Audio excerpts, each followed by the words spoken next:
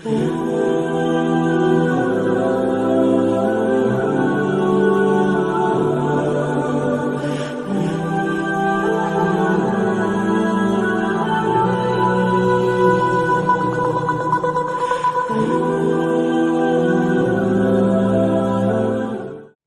باللہ من الشیطان الرجیم، بسم اللہ الرحمن الرحیم۔ لا الہ الا اللہ وحدہ لا شریک لہ، اللہ اکبر کبیرہ والحمد للہ کثیرہ، سبحان اللہ رب العالمین، لا حول ولا قوة الا باللہ العزیز الحکیم۔ رب ادخلنی مدخل صدق واخرجنی مخرج صدق واجعل لی من لدنک سلطانا نصیرا۔ ان الصلاۃ ونسکی ومحیای ومماتی للہ رب العالمین، یا ربی لک الحمد کما ینبغی لجلال وجہک وعظیم سلطانک۔ یا ایھا الذین آمنوا ان تنصروا اللہ ینصرکم ویثبت اقدامکم۔ رب اشرح لی صدری ویسر لی امری واحلل عقدۃ من لسانی یفقہوا قولی۔ اللہم صل علی محمد وازواجہ وذریاتہ کما صلیت علی آل ابراہیم وبارک علی محمد وازواجہ وذریاتہ کما بارکت علی آل ابراہیم انک حمید مجید۔ آیت نمبر 122 سے لے کے 125 کا ترجمہ ہم نے پڑھا، لفظی مطالب بھی دیکھے، کچھ تفسیر بھی، اور اس سے متعلق کچھ ضروری باتیں تاریخی حوالوں سے بیان کی۔ اب اسی سبق کو مزید واضح کرتے ہوئے خانہ کعبہ کی دو خصوصیات کا میں ذکر کروں گی جو کہ ان آیات میں جن کا ذکر کیا گیا ہے۔ سیدنا ابراہیم علیہ السلام خانہ کعبہ کے اول بانی ہیں۔ ان کی امامت اور فضیلت کا تذکرہ کرنے کے بعد اللہ تعالیٰ نے ان کی نسبت سے خانہ کعبہ کی دو خصوصیتیں ذکر فرمائی ہیں۔ ایک یہ کہ اسے لوٹ کر آنے کی جگہ بنایا، جو ایک بار اس کی زیارت سے مشرف ہو جاتا ہے وہ دوبارہ آنے کے لیے بے قرار رہتا ہے۔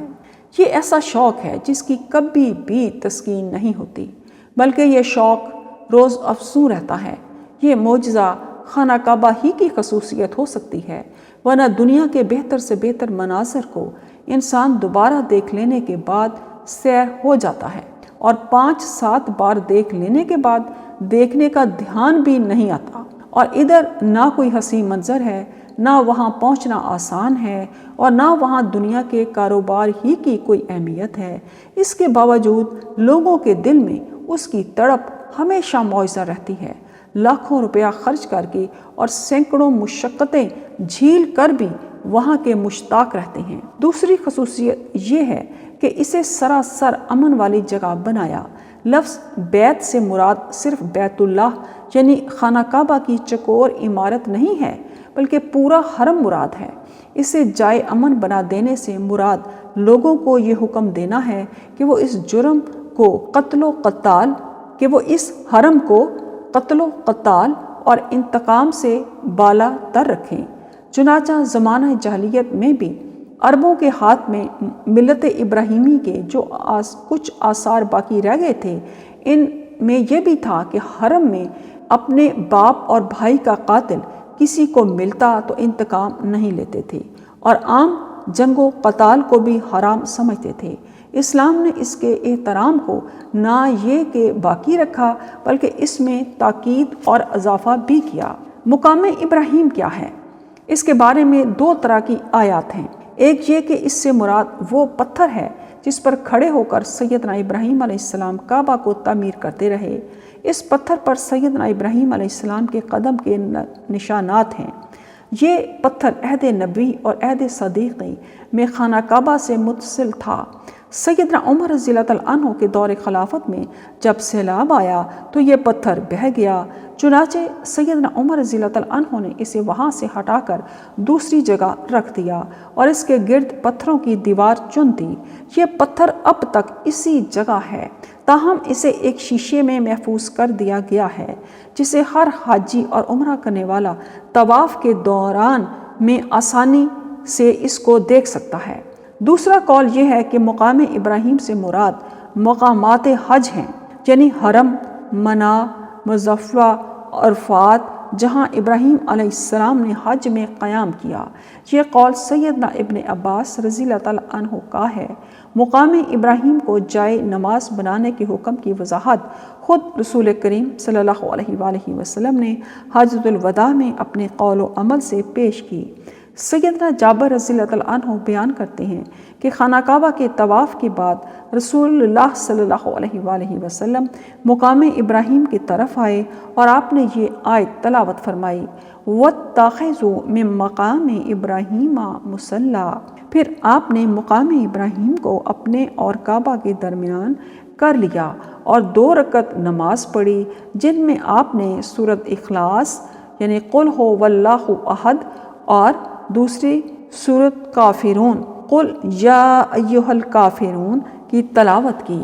عمرو بن دینار رحمۃ اللہ بیان کرتے ہیں کہ میں نے سیدنا ابن عمر رضی اللہ تعالیٰ عنہ سے سنا کہ رسول کریم صلی اللہ علیہ وآلہ وسلم تشریف لائے تو آپ نے 7 چکروں میں بیت اللہ کا طواف کیا اور مقام ابراہیم کے پیچھے 2 رکعت نماز ادا فرمائی۔ اس لحاظ سے طواف کی یہ 2 رکعتیں مقام ابراہیم کے پیچھے ادا کرنا مسنون ہے، لیکن اگر رش یا کسی مجبوری سے مقام ابراہیم کے پیچھے ان کی ادائیگی ممکن نہ ہو تو مسجد حرام میں کسی بھی جگہ ادا کی جا سکتی ہیں، کیونکہ سارا حرم بھی مقام ابراہیم ہے۔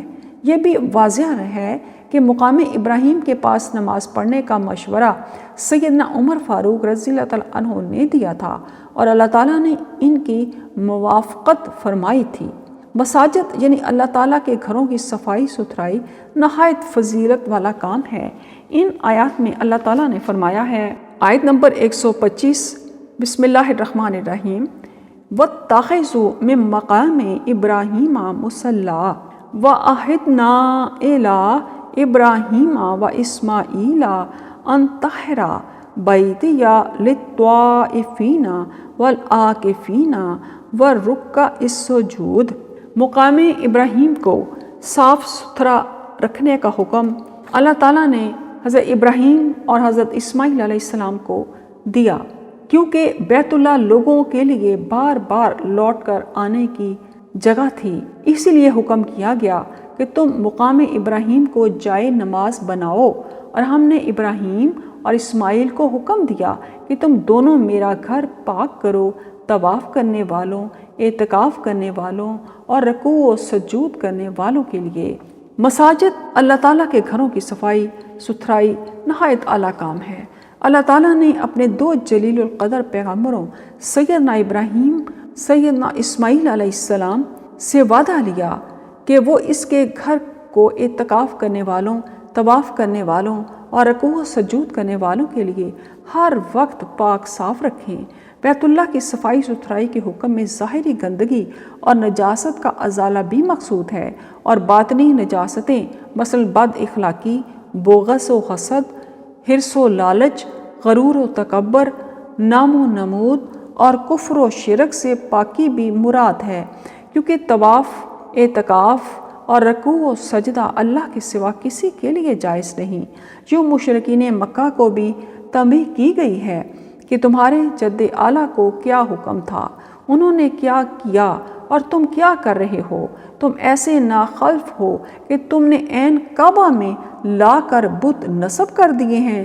کیا یہ ملت ابراہیمی ہے؟ کیا یہ ہے اللہ تعالیٰ کی فرما برداری؟ روز قیامت ہدایت اور راہ حق کے مساوی کوئی چیز نہیں ہوگی۔ جو شخص راہ ہدایت پر نہ ہو، اس سے نہ کوئی فدیہ قبول کیا جائے گا، نہ اس کی سفارش مانی جائے گی، اور نہ وہ خود ہی اپنے آپ کو بچا سکے گا۔ منصب امامت ان کو نہیں ملتا جو اپنے نفس کو ظلم اور بری صفات سے آلودہ کر لیں، بلکہ منصب امامت کے حقدار وہ لوگ ہیں جو صفات حمیدہ بالخصوص یقین اور صبر جیسی خوبیوں سے مزین ہوں۔ اللہ تعالیٰ نے امامت کے لیے انہی خوبیوں کے حاملین کا چناؤ کیا ہے۔ اس کا ارشاد ہے، وَجَعَلْنَا مِنْهُمْ أَئِمَّةً يَهْدُونَ بِأَمْرِنَا لَمَّا صَبَرُوا وَكَانُوا بِآيَاتِنَا يُوقِنُونَ۔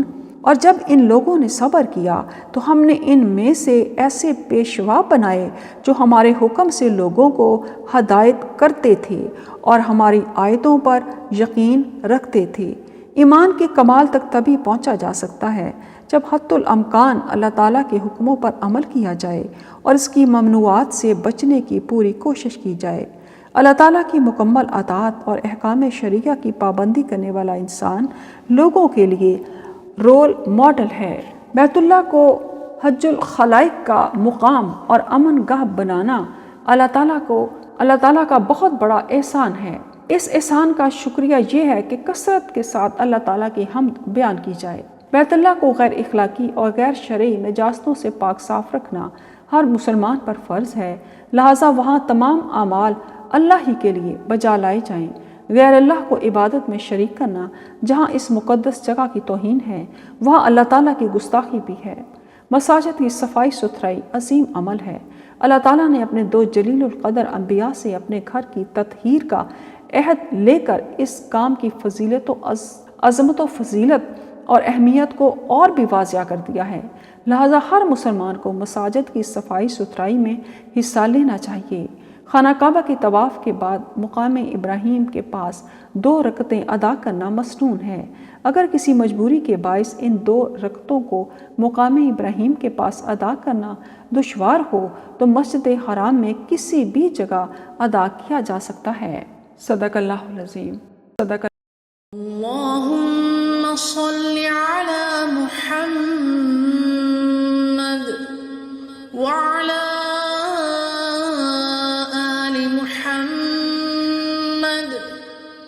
كما صليت على إبراهيم وعلى آل إبراهيم إنك حميد مجيد اللهم بارك على محمد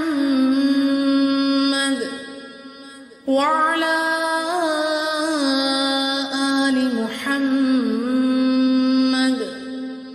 كما باركت على إبراهيم وعلى